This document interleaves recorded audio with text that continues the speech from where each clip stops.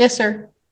Before you call the case you think I might be here on, I've had a chance to talk to Miss Seeley. She was in the MIDC waiting room, and I explained the charges to Miss Seeley. However, she would like to know under which jurisdiction I operate. I've explained that I'm a criminal defense attorney and I don't operate under any jurisdiction, so I don't think she's seeking the services of an attorney at this time, and the court may like to speak. Thank you, Mr. Batar.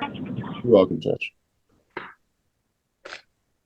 These are 23HR0457 A, B, and C. These are Huron Township versus Bonita Seeley.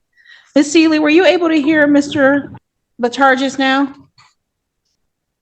Oh, first of all, are we on the record? Yes, ma'am. Okay, are we under penalty and perjury? Are we on what, ma'am? Under penalty and perjury, is he willing to swear in? I'm sorry, ma'am, I can barely hear you. I said, is everybody willing to swear in under penalty and perjury? Ma'am, we're not taking testimony as of yet. Today is the day and time scheduled for the pre-hearing and adjourned arraignment pretrial in these matters. It still has to be placed on a record. He still has to be put under penalty and perjury because he's swearing to an alleged crime against me and holding me accountable. So even though this is just a hearing, it still has to be put on notice for the public as well. Welcome back to another wild courtroom showdown. And trust me, today's case is one for the record books. We've got a double threat. A self-proclaimed sovereign citizen who also happens to have full care and energy on display. She's in court facing simple traffic violations, speeding, no proof of insurance, and driving without a valid license. But instead of handling it like a normal defendant, she's ready to challenge the entire legal system.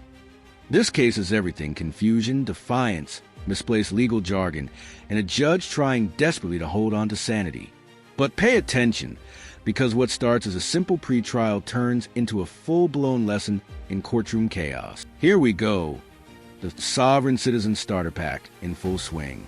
Whenever you hear phrases like penalty and perjury or common law court, you know the courtroom is about to go off the rails.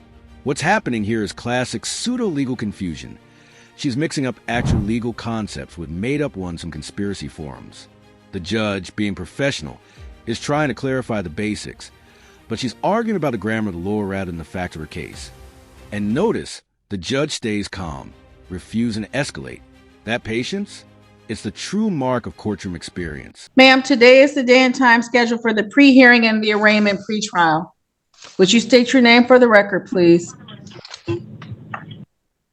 Bonita Seeley. Ms. Seeley, Mr. Batar is the court-appointed attorney assigned to this courtroom for the day. He's indicated that you don't wish to engage his services. Is that correct? No, let me explain my position. I asked him a simple question about jurisdiction. That's why this hearing has been re-adjourned for today, because the last hearing, none of the attorneys could answer the question in regards to what jurisdiction that we're operating under. So they want to proceed without addressing the jurisdiction, which is a violation of due process. So in order for him to be represent me on any public record, I have to understand what jurisdiction he's operating on. Ms. Seeley, if you do not wish to use the court-appointed attorney, and you confirm as much to the court right now, Mr. Batar can go back, ma'am, Mr. Batar can go back and do other things that he needs to do this morning. Do you wish to use Mr. Batar's services, or do you wish to represent yourself this morning, or do you wish to retain counsel through some other mechanism? Under what charge, under which jurisdiction, and then who's bringing the charges against me? Ma'am, there were citations issued against you in Huron Township for limited access speeding 11 to 15 miles per hour over the posted speed limit. That's a civil infraction. There's count 2, no proof of insurance. And there is the misdemeanor of driving while license not valid or improper license. Do you wish to use the services of the MIDC attorney, or do you wish to represent yourself this morning, or do you wish to retain counsel? Who are the parties bringing this claim against me? It's a simple question. Every sovereign citizen eventually lands on the magic word, jurisdiction. They believe if they question it long enough, the case disappears. But here's the reality. Once you're cited by a police officer under state law, jurisdiction is already established. The judge is giving her chance after chance to confirm whether she'll use an attorney. But instead, she's spiraling into nonsense about which jurisdiction we're operating on. This is where you see the real tension. She's not defending her case. She's defending her beliefs. And here we hit the loop, the broken record phase. This tactic is deliberate. Sovereign citizens believe that if the judge or a prosecutor can't answer correctly, the court loses authority. But the prosecutor clearly states, the state of Michigan is bringing charges. End of story. What's fascinating is how she tries to shift power, treating the courtroom like a negotiation instead of proceeding. It's a psychological battle she can't win, but she's determined to die on this legal hill. You're I trying to answered your avoid the question, ma'am. I answered Who's your bringing question, the ma'am. charge? I answered your question, ma'am. And could you re-answer it? Because I didn't hear it. Who's bringing the charges against me? The citation that was issued to you was issued by an officer from Huron Township, Freddie Yono. It's the citation that was issued is signed. So it's It Freddie. has his name and his ID number. Ma'am, my question to you is, do you wish to engage the services of the court-appointed attorney, or may I release him to go back to do some other work? Wait a minute. I have questions before I can answer on. You're trying to get me to No, avoid ma'am. questions that you No, know. ma'am. Yes, it's No, a ma'am. due process violation. Objection. Yes. Miss Because you're not Seeley, hearing this me. is This the is a Miss hearing. Seeley, this is the third and last time I'm asking you. Will you be using Mr. Batars to represent you this morning, or do you wish to retain your private attorney, or do you wish to represent yourself? I need to understand what jurisdiction we're under. Mr. Batar, you may return to your breakout rooms to meet with other potential clients. Thank you. By now, the judge has shown monumental patience. She's released a defense attorney after multiple refusals, and the prosecutor is done playing games. Notice the tone: calm, factual, procedural.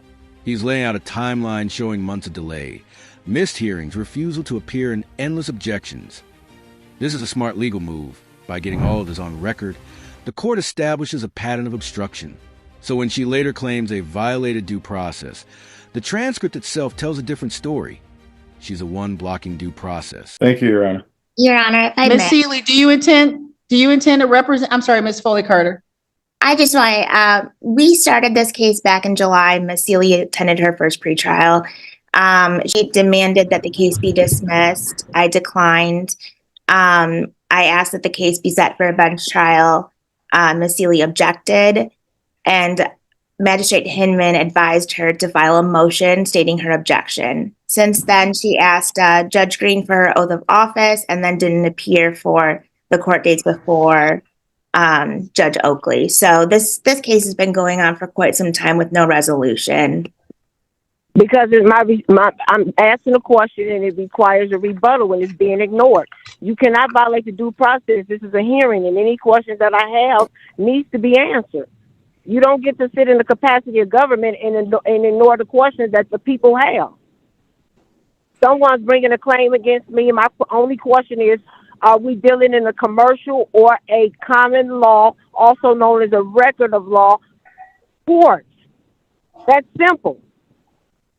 So are we in a common law court, yes or no? And there it is, the ultimate sovereign citizen question. Are we in a common law court? The answer, of course, is no. Michigan operates under statutory law, not some 18th century fantasy version of common law. But what's really going on here is deeper.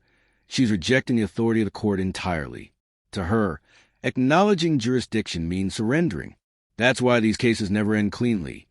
They always escalate into shouting objections and case dismissed declarations from the defendant, not the judge. Marianne, a in-person bench trial date in this matter, please.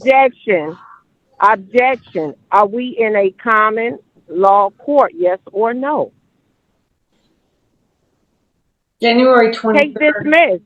at 11 o'clock. Case dismissed because you refuse to rebuttal to the question regarding jurisdiction. You cannot proceed without honoring the jurisdiction. You cannot be in Ms. the capacity Seeley? of a, yes. The misdemeanor matter and the 2 civil infractions that are traveling Objection. with it that were Objection. issued on April 26, 2023 will be set for an in-person bench trial in courtroom Objection. number 1. Objection. In I court- will not be showing up. Objection. I will not be showing up. You refuse to answer the question of jurisdiction. You're trying to get me into the courtroom so you can take me against my will and lock me up in a cage like an animal. Objection. At this point, the meltdown is complete.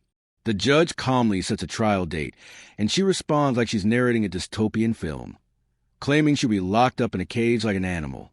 But this is where logic completely collapses. The judge is literally giving her every right to defend herself. A fair trial date, legal representation, and clear explanation of charges. Yet she insists it's all a conspiracy. What's fascinating is how paranoia replaces reason. It's dramatic, yes, but also tragic, because this mindset guarantees failure in court. You do not have jurisdiction over me. You do not have judicial authority in North America. You are working for a municipality called the state of Michigan. You have no jurisdiction. You are an attorney. You work for a corporation. You are in a municipal capacity. You have no authority. You call yourself government. Your position is a public servant. Miss I am the Seeley, objection. Miss Seeley, No, you there cannot is- proceed there as is an no- attorney. Objection. I Ma'am, will not be there showing is up in no- court. I will there is appeal no this question- matter. Objection. There is no question pending to you, ma'am. This court will be Objection. muting you at this Objection. time because the court has muted Ms. Seeley as her responses are not responsive to Objection. the matter that is before the court. This matter is being scheduled for trial. If Ms. Seeley wishes to absent herself from that trial, that is her absolute right. That trial date is January Objection. 23rd I at will not 11 be showing up. a.m. That concludes this matter. And there you have it, a textbook example of how not to handle yourself in court. The judge showed remarkable restraint. The prosecutor stayed professional, and the defendant? She turned a simple traffic case into a full-blown courtroom circus. BY refusing to engage with the actual charges and focusing only on imaginary legal loopholes. She guaranteed her own downfall. True to form, she didn't even show up to her next hearing, leading to a bench warrant and an inevitable return to